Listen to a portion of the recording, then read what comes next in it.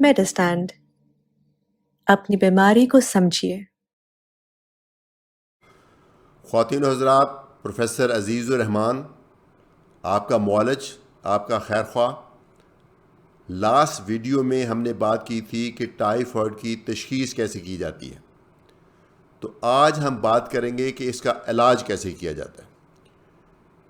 پہلی بات تو یہ ہے کہ ٹائیفائڈ ایک جراثیمی انفیکشن ہے، ایک بیکٹیریل انفیکشن ہے اور پوٹینشلی سیریس انفیکشن ہے، اس لیے اس کا پراپر علاج بہت ضروری ہے۔ پراپر علاج سے مراد یہ ہے کہ اس کی تشخیص بھی پراپر ہونی چاہیے اور اس میں اینٹی بائیوٹک کا جو استعمال وہ بھی پراپر ہونا چاہیے۔ اس کا بیک گراؤنڈ میں کچھ آپ کو بتا دوں کہ اینٹی بائیوٹکس کا جو کہ بہت زیادہ مس یوز ہوتا ہے، خاص طور پہ پاکستان جیسے ملک میں، جب اس کی ضرورت نہیں ہوتی تب بھی دیا جاتا ہے، اور جتنی ضرورت ہے اتنی نہیں اینٹی بائیوٹک کی ڈوز لی جاتی، پہلے بند کر دی جاتی کورس مکمل کرنے سے پہلے۔ اس لیے ٹائیفائڈ کا جو جراثیم ہے وہ پاکستان میں بہت زیادہ اینٹی بائیوٹکس کے خلاف ریزسٹنس ڈیولپ کر چکا ہے۔ یہ ایک انتہائی خطرناک سچویشن ہے، وہ اینٹی بائیوٹکس جس کو ہم بہت ہی افیکٹو اور بہت پوٹنٹ اور بلاک بسٹر قسم کا اینٹی بائیوٹک سمجھتے تھے، لیکن ٹائیفائڈ کا جراثیم جو ہے اس کو اپنے سامنے کچھ نہیں سمجھتا اور وہ اس کو رسپونڈ نہیں کرتا۔ اس لیے تشخیص صرف یہاں تک نہیں ضروری کہ ٹائیفائڈ ہے کہ نہیں ہے، تشخیص میں یہ بھی ضروری ہے کہ پتہ چل جائے کہ آپ کا جو جراثیم ہے، جس جراثیم سے آپ کو ٹائیفائڈ ہوا ہے، وہ جراثیم کس اینٹی بائیوٹک کو رسپونڈ کرے گا، اور وہ پتہ چلتا ہے کلچر اینڈ سینسٹیوٹی کے ٹیسٹ کے بارے میں، ٹیسٹ کے اوپر۔ یہ میں نے پہلے بتایا تھا کہ کلچر سینسٹیوٹی اس پہ بہت ضروری ہے، بلڈ کلچر بہت ضروری ہے، لیکن یہ بات بھی صحیح ہے کہ کلچر کرانے کے باوجود کچھ لوگوں میں ٹیسٹ ہمیں نہیں بتاتا کہ کون سا اینٹی بائیوٹک صحیح رہے گا، تو اس میں پھر ہم امپیریکل ججمنٹ کرتے ہیں۔ امپیریکل سے مراد یہ ہوتا ہے کہ اپنے تجربے کی بنیاد پہ، اپنے نالج کی بنا کے اوپر ہمیں جو پتہ ہے کہ اس طرح کی سچویشن میں کون سا اینٹی بائیوٹک بیسٹ رہتا ہے وہ آپ کو دیتے ہیں۔ مثلا ایک اینٹی بائیوٹکس ہے فلوروکینولونز۔ پاکستان میں انفارچونیٹلی تقریباً 100% کیسز میں ریزسٹنس ہو گئی، ڈیولپ ٹائیفائڈ نے کر لیا، اس لیے یہ بیکار ہو گیا۔ اسی طریقے سے ایموکسیسلین ایک اینٹی بائیوٹک کا بہت ہم یوز کرتے تھے، اس کا بھی خاص سے لوگوں میں ریزسٹنس ڈیولپ ہو گئی ہے۔ سلفونامائڈز، وہ ان کو بھی ریزسٹنس ڈیولپ ہو گئی ہے۔ تو آج کل جو ہم اینٹی بائیوٹک یوز کرتے ہیں، ممکن ہے کہ آپ کے اندر وہی سمپل سا جراثیم نکل آئے جس میں ان میں سے کوئی اینٹی بائیوٹک کام کر جائے، لیکن عام طور پہ ہم کلچر کرانا ضرور پسند کرتے ہیں۔ تو ایک تو یہ اصول ہے کہ ٹائیفائڈ فیور میں اینٹی بائیوٹک کا استعمال بہت ضروری ہے۔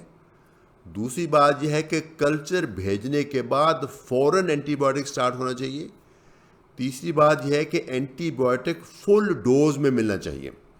جتنے بھی اینٹی بائیوٹکس ہیں ان کی ڈوز کی رینج ہوتی ہے۔ مثلا ایک مثال دیتا ہوں کہ کوئی اینٹی بائیوٹک ہے وہ 250 ملی گرام صبح و شام بھی دے سکتے ہیں، لیکن اس کو 500 ملی گرام صبح و شام دینا اور بھی اچھا ہے، لیکن کچھ کیسز میں 750 ملی گرام صبح و شام بھی دینے کی ضرورت پڑ سکتی ہے۔ تو جو بھی کسی بھی اینٹی بائیوٹک کی رینج ہے اس کے ہائر اینڈ پہ ہم دیتے ہیں تاکہ رسک نہ لیا جائے۔ تو اگر آپ کو لگے کہ اینٹی بائیوٹک کی ڈوز زیادہ لکھی گئی ہے تو پلیز اپنے ڈاکٹر سے اس بات کو کلیریفائی کر لیں، وہ انٹینشنلی ڈاکٹر نے زیادہ ڈوز لکھی ہے، چونکہ ہم چانس نہیں لینا چاہتے کہ آپ کا ٹائیفائڈ جو ہے وہ ٹھیک نہ ہو، جو جراثیم ہے وہ آپ کے اینٹی بائیوٹک کو رسپونڈ نہ کرے، تو ہائی ڈوز۔ تیسری، اس کی جو ڈیوریشن ہے، کتنی دیر تک اینٹی بائیوٹک کھایا جاتا ہے، وہ بھی عام انفیکشن سے زیادہ ہے۔ مثلا کہ گلا ولا خراب ہو یا کوئی پیشاب کی انفیکشن ہو تو عام طور پہ 5 دن کا اینٹی بائیوٹک خاصا ہوتا ہے۔ اس میں بھی ویسے کوئی فکس رول نہیں ہے، لیکن عام طور پہ 5 دن کا اینٹی بائیوٹک خاصا سمجھا جاتا ہے کچھ سمپل انفیکشن کے لیے۔ لیکن ٹائیفائڈ ایک ایسی انفیکشن ہے جس میں اینٹی بائیوٹک 10 سے 15 دن تک دیا جاتا ہے، تو 10 سے 15 دن اینٹی بائیوٹک لینا ہے۔ بلکہ اگر آپ کا بخار نہیں اتر رہا تو جب کبھی آپ کا بخار اترے گا اس کے بھی 3-4 دن بعد تک اینٹی بایوٹک لینا ضروری ہے. ادروائز اس چیز کا خطرہ ہے کہ یوں ہی اینٹی بایوٹک کا کورس مکمل ہوگا ریلیپس ہو جائے گا. ریلیپس سے مراد ہے کہ بیماری واپس آ جائے گی. تو اینٹی بایوٹک کا کورس مکمل کرنا بہت ہی ضروری ہے. اگر آپ کو دوائیوں کے سائیڈ ایفیکٹس ہو رہے ہیں، ایک تو یہ جانیے کہ یہ چونکہ ایک بہت امپورٹنٹ ہے اس کا کورس کا مکمل کرنا ہے آپ کی اپنی صحت یابی کے لیے، اور اس بات کو روکنے کے لیے کہ یہ دوبارہ سے نہ ہو جائے، اور اس بات کے لیے کہ آپ کے جراثیم میں ریزسٹنٹ نہ ہو جائیں اور جو کسی اور کو انفیکشن لگے گی اس کو ریزسٹنٹ جراثیم نہ چلے جائیں. تو آپ کے اوپر یہ بھاری ذمہ داری ہے اور آپ کے فزیشین کے اوپر یہ بھاری ذمہ داری ہے کہ اینٹی بایوٹک کا کورس مکمل کیا جائے. اگرچہ اس میں بھی آپ کا جو مدافعتی نظام ہے اس کا بہت بڑا رول ہے، لیکن اینٹی بایوٹک کے ڈوز میں کوئی کسر نہیں رہنی چاہیے. اچھا، عام طور پہ چونکہ یہ ایک انفیکشن سیریس ہے، اگر تو کلچر کی رپورٹ بتا دے تو پھر اس کے مطابق، ادروائز ہم پھر جو اندازہ لگاتے ہیں اکثر ہم 2 اینٹی بایوٹکس دیتے ہیں. وہ ان کی ٹیکنیکل ڈیٹیل تو آف کورس اس ویڈیو کے اسکوپ سے بیونڈ ہے، وہ آپ کا فزیشین ڈیسائیڈ کرے گا. لیکن اگر آپ کو 2 اینٹی بایوٹک دیے گئے ہیں ٹائیفائڈ میں تو وہ بالکل جائز ہیں. کئی دفعہ ہم اس کو انجیکٹیبل بھی دینے پڑتے ہیں شروع سے ہی، چونکہ کئی دفعہ ہمیں پتہ چلتا ہے کہ جو اینٹی بایوٹک کی ڈوز ہے جو ریکوائرڈ ہے ٹائیفائڈ میں، وہ مریض کئی دفعہ منہ کے راستے نہیں ٹالریٹ کرتا، تو انجیکشن دینا بھی ضروری ہے. اگرچہ آج کل فیسلٹی ڈیولپ ہو گئی ہے، انجیکشن لگانے کے لیے آپ کو ہاسپٹل میں ایڈمٹ ہونا ضروری نہیں، گھر میں بھی ارینج کیا جا سکتا ہے. لیکن اگر آپ کو انجیکشن ایڈوائز کیے گئے ہیں تو آپ انجیکشن لگوائیے، لیکن ٹائیفائڈ کا کورس مکمل کریں.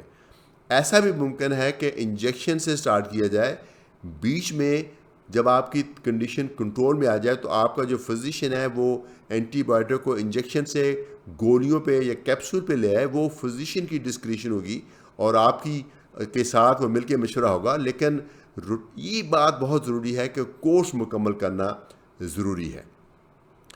تو اینٹی بایوٹک کے علاوہ جو باقی ادویات ہوتی ہیں وہ آپ کی سمٹم کو کنٹرول کرنے کے لیے، اگر آپ کو بخار بہت تیز ہو رہا ہے تو پیراسیٹامول بہت ناموں سے اویلیبل ہے اور ہم گھر میں موجود ہوتی ہے. اس کی 1 یا 2 گولیاں ایک وقت میں، دن میں میکسیمم بھی 3 یا 4 مرتبہ لی جا سکتی، اس سے ایکسیڈ نہیں کرنا آپ نے. اگر ٹائیفائڈ میں لیور کی انوالومنٹ ہے تو شاید یہ بھی زیادہ ہوگی، پھر آپ اس سے بھی کام کھائیں. لیکن بخار کو کنٹرول کرنے کے لیے سب سے جو آسان دوائی ہے وہ پیراسیٹامول ہے. اس کے علاوہ ایسپرین ہے اور بہت ساری بخار اتارنے کی دوائیاں ہوتی ہیں. جنرلی وہ ساری سیف ہیں، لیکن وہ صرف بخار اتاریں گی، آپ کی ٹائیفائڈ کو ٹھیک نہیں کریں گی. اس کے علاوہ اگر بہت زیادہ متلی ہو رہی ہے تو اس کی دوائی دی جا سکتی ہے، پیٹ میں درد ہے تو اس کی دوائی دی جا سکتی ہے، موشن لگ گئے ہیں تو اس کی بھی دوائی دی جا سکتی ہے. تو یہ ساری چیزیں کرتے ہیں، لیکن خاص اینٹی بایوٹک کے اوپر فوکس ہوتا ہے. اس میں ٹائیفائڈ میں خوراک کی بھی اہمیت ہے. اگرچہ ہمارے معاشرے میں نے دیکھا ہے کہ اکثر پیرنٹس جو ہیں یا اکثر لوگ ہیں مریض کی روٹی بند کر دیتے ہیں. میری سمجھ کے مطابق روٹی میں ایسی کوئی چیز بات نہیں، لیکن ٹائیفائڈ کے مریض کو کہا جاتا ہے کہ گھر کا بنا ہوا کھانا کھائے، نرم غذا ہو، اچھی طرح چبا کے کھائے اور اپنی بھوک کے مطابق کھائے. اگر بھوک نہیں لگ رہی تو نہ کھائے یا کم کھائے. اپنے آپ سے زبردستی کرنا یقیناً آپ کو الجھن میں ڈال سکتا ہے. تو یہ تو ہے غذا کے بارے میں. پھر یہ ہے کہ یہ انفیکشن ایک سے دوسرے کو لگ سکتی ہے. اگر آپ مریض ہیں تو آپ کے اوپر یہ بھاری ذمہ داری ہے کہ آپ گھر میں باقیوں کو بچائیں. وہ کیسے بچائیں گے کہ یہ عام طور پہ جراثیم پخانے کے راستے نکلتا ہے. تو جب پخانے کے راستے نکلتا ہے تو آپ اپنے آپ کو جب طہارت کرتے ہیں تو اپنے ہاتھوں کو بعد میں اچھی طرح سے صابن سے مل کے 2-3 منٹ تک اپنے ہاتھوں کو دھوئیں، جس طرح سے ہم لوگ آپریشن کرنے سے پہلے دھوتے ہیں. جیسے آج کل یہ کووڈ کے زمانے میں پتہ چلا کہ ہاتھوں کو دھونے کا صحیح طریقہ کیا ہے، اس طریقے سے دھوئیں. اور اس کے بعد آپ گھر کے باقی افراد کے ساتھ مکس اپ ہو سکتے ہیں، کوئی مسئلہ نہیں، مل کے کھانا کھائیں، کوئی پرابلم نہیں. جو گھر کے چیزیں کامن شیئر ہوتی ہیں، بیڈنگ اور یہ چیئرز اور کرسی، یہ سب شیئر کریں، کوئی ایشو نہیں ہے، لیکن اپنی ہائیجین کا خیال رکھیں. تو میرے خیال سے یہ ویڈیو آپ کے لیے یوزفل ہوگی. اگرچہ اینٹی بایوٹک کی سلیکشن اور اس کی ڈوز اور ڈیوریشن فزیشین کا کام ہے، لیکن آپ کو پتہ ہونا چاہیے کہ اس میں اینٹی بایوٹک غیر ضروری شروع نہیں کرنا، شروع ہو جائے تو غیر ضروری کم نہیں کرنا، بندی کرنا جب تک آپ کا فزیشین آپ کو نہ گائیڈ کرے، کیونکہ یہ آپ کی اپنی ہیلتھ کے لیے بھی ضروری ہے اور اس چیز کے لیے بھی ضروری ہے کہ یہ جراثیم مزید ریزسٹنس نہ ڈیولپ کرے اور آئندہ جس کو کسی اور کو یہ انفیکشن لگتی ہے اس کی زندگی میں ایک اور مصیبت نہ آئے. اجازت چاہوں گا. پروفیسر عزیز الرحمان فرام میڈسٹینڈ، اپنی بیماری کو سمجھیے.